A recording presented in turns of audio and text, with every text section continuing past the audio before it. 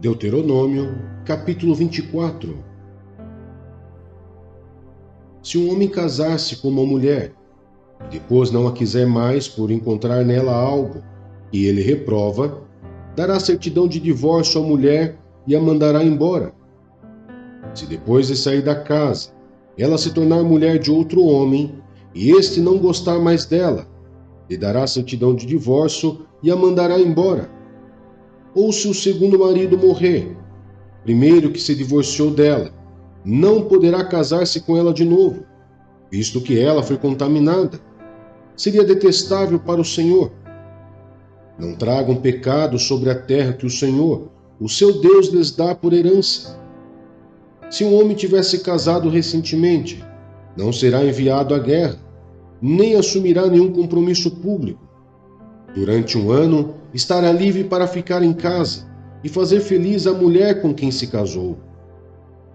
Não tome as duas pedras de moinho, nem mesmo apenas a pedra de cima como garantia de uma dívida, pois isso seria tomar como garantia o meio de subsistência do devedor. Se um homem for pego sequestrando um dos seus irmãos israelitas, tratando-o como escravo ou vendendo-o, o sequestrador terá que morrer. Eliminem o mal do meio de vocês. Nos casos de doenças de lepra, tenham todo o cuidado de seguir exatamente as instruções dos sacerdotes levitas. Sigam cuidadosamente o que eu ordenei a eles. Lembrem-se de que o Senhor, o seu Deus, fez com Miriam no caminho, depois que vocês saíram do Egito. Quando um de vocês fizer um empréstimo, de qualquer tipo ao seu próximo, não entre na casa dele para apanhar o que ele lhe oferecer como penhor. Fique do lado de fora e deixe que o homem a quem você está fazendo o empréstimo traga a você o penhor. Se o homem for pobre, não vá dormir tendo com você o penhor. Devolva-lhe o manto ao pôr do sol, para que ele possa usá-lo para dormir e lhe seja grato. Isso será considerado um ato de justiça pelo Senhor, o seu Deus. Não se aproveitem do pobre e necessitado, seja ele um irmão israelita ou um estrangeiro que viva numa das suas cidades.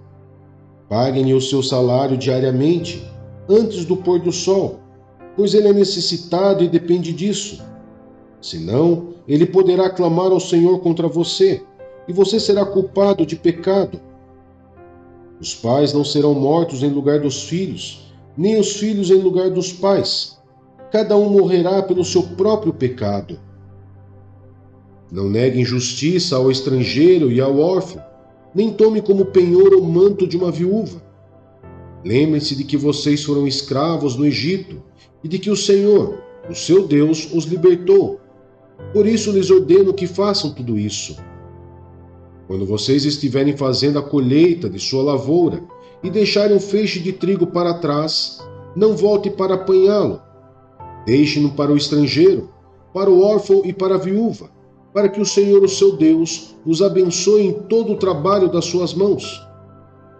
Quando sacudirem as azeitonas das suas oliveiras, não voltem para colher o que ficar nos ramos. Deixem o que sobrar para o estrangeiro, para o órfão e para a viúva. E quando colherem as uvas da sua vinha, não passem de novo por ela. Deixem o que sobrar para o estrangeiro, para o órfão e para a viúva. Lembre-se de que vocês foram escravos no Egito. Por isso lhes ordeno que façam tudo isso.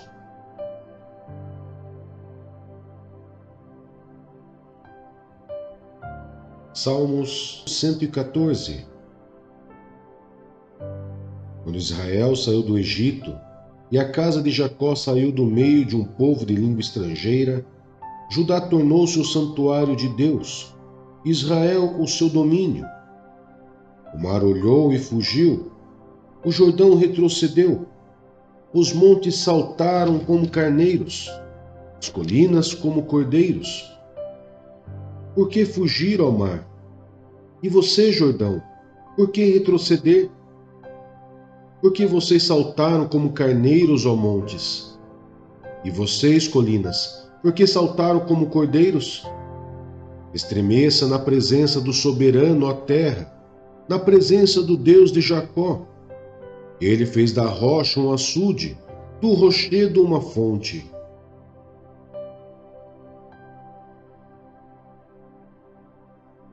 Salmos 115. Não a nós, Senhor, nenhuma glória para nós, mas sim ao teu nome, por teu amor e por tua fidelidade. Porque perguntam as nações: onde está o Deus deles? O nosso Deus está nos céus e pode fazer tudo o que lhe agrada. Os ídolos deles, de prata e ouro, são feitos por mãos humanas. Tem boca, mas não pode falar, olhos, mas não podem ver, tem ouvidos, mas não podem ouvir, nariz, mas não podem sentir cheiro, tem mãos, mas não podem apalpar, tem pés, mas não podem andar, e não emitem som algum com a garganta. Tornem-se como eles aqueles que os fazem, e todos os que neles confiam. Confie no Senhor, ó Israel. Ele é o seu socorro e o seu escudo. Confie no Senhor, sacerdotes. Ele é o seu socorro e o seu escudo. Vocês que temem o Senhor, confiem no Senhor. Ele é o seu socorro e o seu escudo. O Senhor lembra-se de nós e nos abençoará. Abençoará os israelitas, abençoará os sacerdotes, abençoará os que temem o Senhor, do menor ao maior. Que o Senhor os multiplique, você e os seus filhos. Sejam vocês abençoados pelo Senhor, que fez os céus e a terra. Os mais altos céus pertencem ao Senhor, mas a terra ele a confiou ao homem.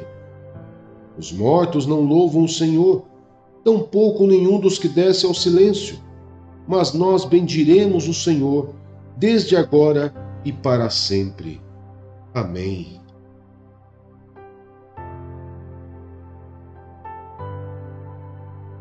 Isaías, capítulo 51.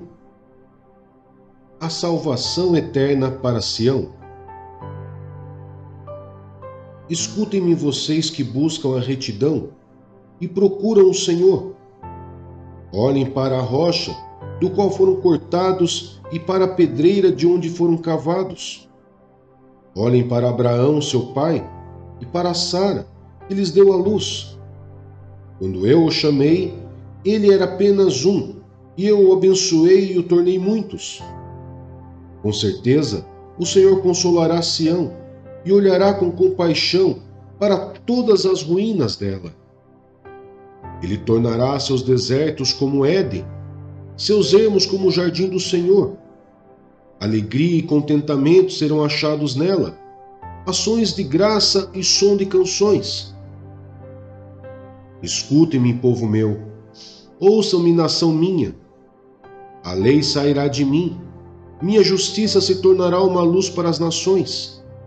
Minha retidão logo virá, minha salvação está a caminho, e meu braço trará justiça às nações.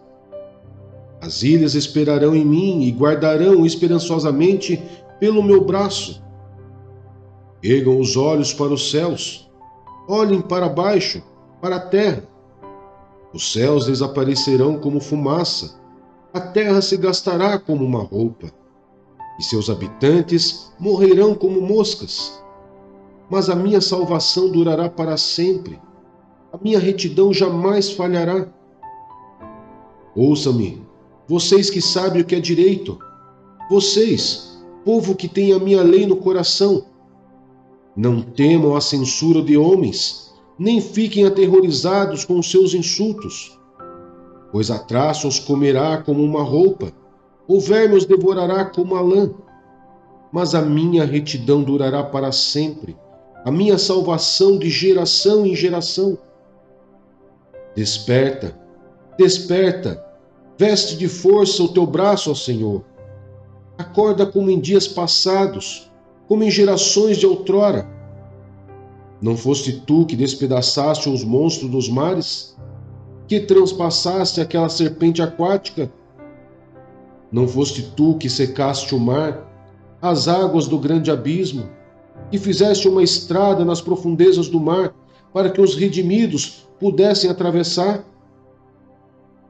Os resgatados do Senhor voltarão, entrarão em Sião com cântico, alegria eterna coroará sua cabeça. Júbilo e alegria se apossarão deles, tristeza e suspiro deles fugirão. Eu mesmo, sou quem a consola.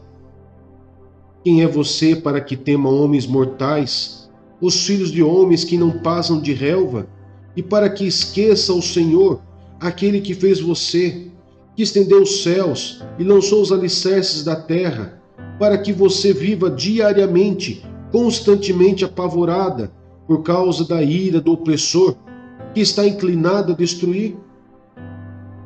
Pois onde está a ira do opressor?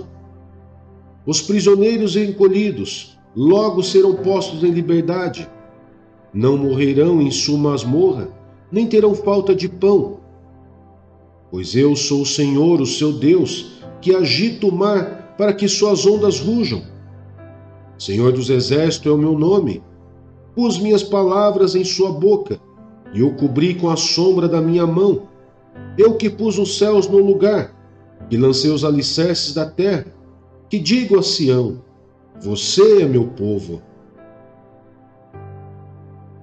O cálice da ira do Senhor. Desperte, desperte, levante-se, ó Jerusalém, você que bebeu da mão do Senhor o cálice da ira dele, você que engoliu até a última gota da taça que faz os homens cambalearem. E todos os filhos que ela teve, não houve nenhum para guiá-la, e todos os filhos que criou, não houve nenhum para tomá-la pela mão.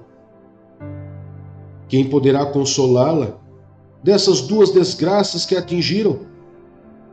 Ruína e destruição, fome e espada, quem poderá consolá-la?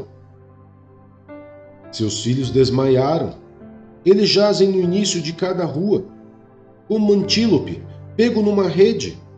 Estão cheios da ira do Senhor e da repreensão do seu Deus. Portanto, ouça isto, você aflita, embriagada, mas não com vinho. Assim diz o seu soberano, o Senhor, o seu Deus, que defende o seu povo. Veja que eu tirei da sua mão o cálice que faz cambalear. Dele, do cálice da minha ira, você nunca mais beberá. Eu o porei nas mãos dos seus atormentadores, que lhe disseram: caia prostrada, para que andemos sobre você. E você fez as suas costas como chão, como uma rua para nela a gente andar.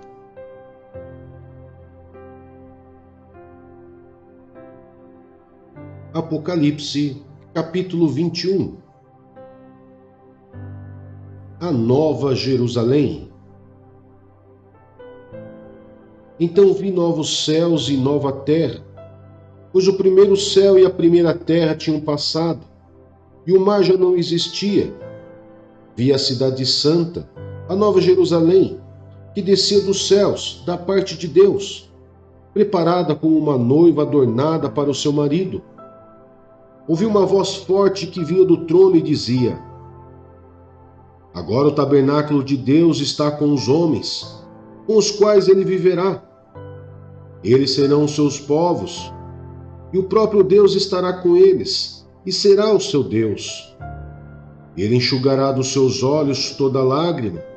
Não haverá mais morte, nem tristeza, nem choro, nem dor, pois a antiga ordem já passou. Aquele que estava sentado no trono disse: estou fazendo novas todas as coisas. E acrescentou: escreva isto, pois essas palavras são verdadeiras e dignas de confiança. Disse-me ainda: está feito. Eu sou o Alfa e o Ômega, o princípio e o fim. A quem tiver sede, darei de beber gratuitamente da fonte da água da vida. O vencedor herdará tudo isto, e eu serei seu Deus, e ele será meu filho. Mas os covardes, os incrédulos, os depravados, os assassinos, os que cometem imoralidade sexual, os que praticam feitiçaria, os idólatras e todos os mentirosos. O lugar deles será no lago de fogo que arde com enxofre. Esta é a segunda morte. Um dos 7 anjos que tinha 7 taças, cheias das últimas 7 pragas, aproximou-se e me disse: Venha, eu lhe mostrarei a noiva, a esposa do Cordeiro. Ele me levou no espírito a um grande e alto monte e mostrou-me a cidade santa, Jerusalém, que descia dos céus da parte de Deus. Ela resplandecia com a glória de Deus, e o seu brilho era como o de uma joia muito preciosa, como jaspe, clara como cristal. Tinha um grande e alto muro com 12 portas e 12 anjos junto às portas. Nas portas estavam escritos os nomes das 12 tribos de Israel. Havia 3 portas ao oriente, 3 ao norte, 3 ao sul e 3 ao ocidente. O muro da cidade tinha 12 fundamentos, e neles estavam os nomes dos 12 apóstolos do Cordeiro. O anjo que falava comigo tinha como medida uma vara feita de ouro, para medir a cidade, suas portas e seus muros. A cidade era quadrangular, de comprimento e largura iguais. Ele mediu a cidade com a vara. Tinha 2.200 quilômetros de comprimento. A largura e a altura eram iguais ao comprimento. Ele mediu o muro e deu 65 metros de espessura, segundo a medida humana que o anjo estava usando. O muro era feito de jaspe, e a cidade era de ouro puro, semelhante ao vidro puro. Os fundamentos dos muros da cidade eram ornamentados com toda sorte de pedras preciosas. O primeiro fundamento era ornamentado com jaspe, o segundo com safira, o terceiro com calcedônia, o quarto com esmeralda, o quinto com sardônio, o sexto com sárdio, o sétimo com crisólito, o oitavo com berilo, o nono com topázio, o 10º com crisópraso, o 11º com jacinto e o 12º com ametista. As 12 portas eram 12 pérolas, cada porta feita de uma única pérola. A rua principal da cidade era de ouro puro, como vidro transparente. Não vi templo algum na cidade, pois o Senhor Deus Todo-Poderoso e o Cordeiro são o seu templo. A cidade não precisa de sol nem de lua para brilharem sobre ela, pois a glória de Deus a ilumina, e o Cordeiro é a sua candeia. As nações andarão em sua luz, e os reis da terra lhe trarão a sua glória. Suas portas jamais se fecharão de dia, pois ali não haverá noite. A glória e a honra das nações lhe serão trazidas. Nela jamais entrará algo impuro, nem ninguém que pratique o que é vergonhoso ou enganoso, mas unicamente aquele cujos nomes estão escritos no livro da vida do Cordeiro.